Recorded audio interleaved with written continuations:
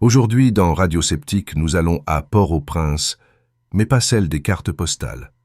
Haïti, fin des années 1950, un pays pauvre, mais fier. Et au milieu, un homme en costume sombre, lunettes épaisses, regard impassible. On l'appelle Papa Doc. Un médecin de quartier, passionné d'ethnologie, qui promettait de servir le peuple et de changer la mentalité haïtienne. Et qui finira par gouverner d'une main de fer, se déclarer président à vie et transformer l'État en sa propriété privée.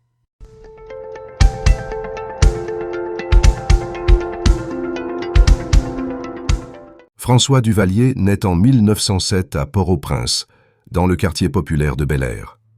Origine modeste, petite classe moyenne, études au lycée Pétion, puis école de médecine. Pas de carrière médicale flamboyante. Il soigne dans une petite clinique, travaille pour une mission sanitaire américaine contre le pian, qui est une maladie de peau touchant surtout les paysans. C'est là qu'il gagne son surnom, Papa Doc, un médecin du peuple, du moins en apparence. Il fréquente aussi les cercles intellectuels indigénistes, publie quelques poèmes, médiocres, disent ses biographes, et s'intéresse au vaudou, non pas comme fidèle, mais comme observateur et stratège politique potentiel.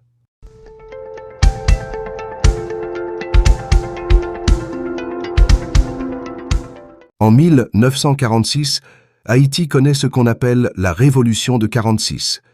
Étudiants, écrivains et syndicalistes renversent le régime de Lescott, jugé corrompu et réservé à la bourgeoisie métisse. Duvalier rejoint le mouvement ouvrier paysan, dirigé par le charismatique Daniel Fignolet. Quand Dumarsais, estimé, arrive au pouvoir, Duvalier devient ministre de la Santé. Dumarsais tombe en 1950, renversé par l'armée. Duvalier, fidèle à son ancien chef, refuse de collaborer avec les putschistes et se met en retrait, presque clandestin. Cette loyauté, rare en politique haïtienne, lui vaudra plus tard un capital politique important.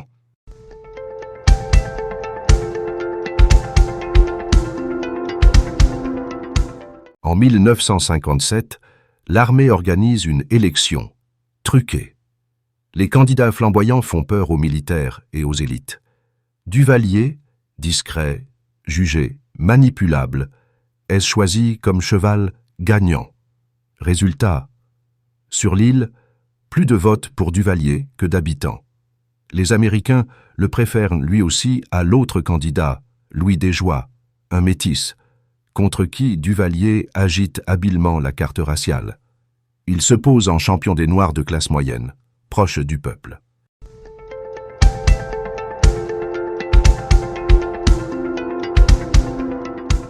Une fois élu, il promet de changer la mentalité haïtienne, élever les masses rurales, intégrer les classes moyennes noires dans la gestion de l'État, rompre avec la misère et l'ignorance.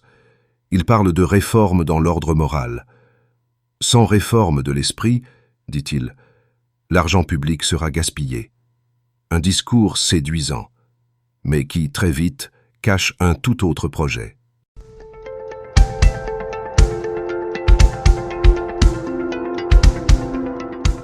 Dès les premières années, Duvalier s'attaque à 3 piliers de la vie haïtienne. D'abord l'Église catholique, dominée par un clergé français, souvent breton, elle est influente et critique. Duvalier veut l'indigéniser, un prétexte pour favoriser un clergé local à sa solde. Il cherche aussi à diviser l'Église en soutenant certains protestants et en flattant le vaudou. Le second groupe que veut contrôler Duvalier est celui des étudiants. Influencés par le marxisme et la révolution cubaine, ils représentent un foyer de contestation. Ils sont donc réprimés. Enfin, Duvalier s'attaque à l'armée. Pilier du pouvoir haïtien depuis l'indépendance, elle est trop hiérarchisée et élitiste pour lui.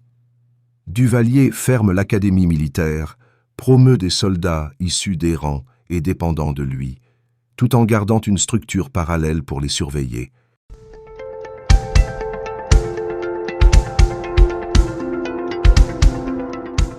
En 1958, une tentative de coup d'État menée par d'anciens officiers échoue. Duvalier y voit la preuve qu'il ne peut compter que sur une force qui lui est totalement loyale. Il crée donc les volontaires de la sécurité nationale, vite surnommés « Tonton Macoute », référence au croque-mitaine du folklore haïtien qui emporte les enfants la nuit. Ces miliciens, armés parfois de briques et de brocs, répondent directement à Duvalier. Leur rôle, espionner, intimider, arrêter, disparaître les opposants. Les comparaisons avec la Gestapo ne tardent pas.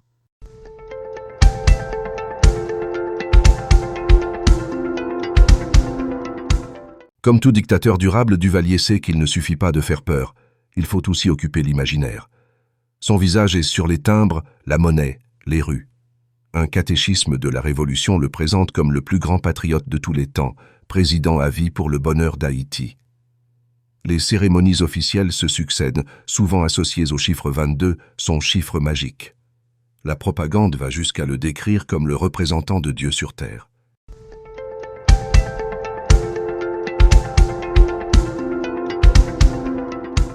Le régime ne se contente pas d'éliminer ses adversaires, il met en scène leur mort pour terroriser. Exécutions publiques d'étudiants résistants, corps exposés dans la rue ou dans les médias. En 1964, il se proclame président à vie. À partir de là, plus aucune limite.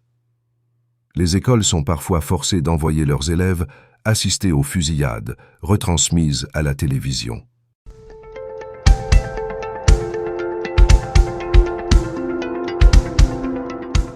Contrairement à d'autres régimes autoritaires qui modernisent ou industrialisent, Duvalier ne laisse aucun plan de développement. Pas d'infrastructures nouvelles, pas de réforme éducative majeure. Au contraire, il provoque l'exil massif des cadres, médecins, enseignants, ingénieurs. Dans les années 1970, il y a plus de médecins haïtiens en Amérique du Nord qu'en Haïti même.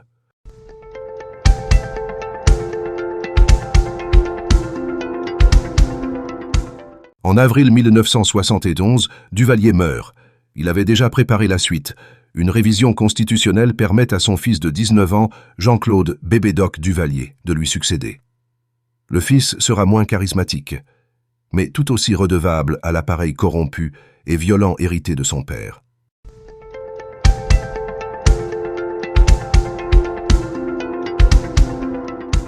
Quand la dynastie Duvalier s'effondre en 1986, Haïti est exsangue, analphabétisme massif, infrastructures délabrées, institutions politiques minées par la corruption et méfiance viscérale envers l'État. La culture politique, elle, reste marquée par l'autoritarisme, contrôle par des chefs locaux, clientélisme, violence comme outil de gouvernance. Par ailleurs, les migrations massives vers la capitale créent de nouveaux foyers de pauvreté et d'insécurité. Les zones de non-droit se multiplient, un terreau fertile pour les gangs actuels.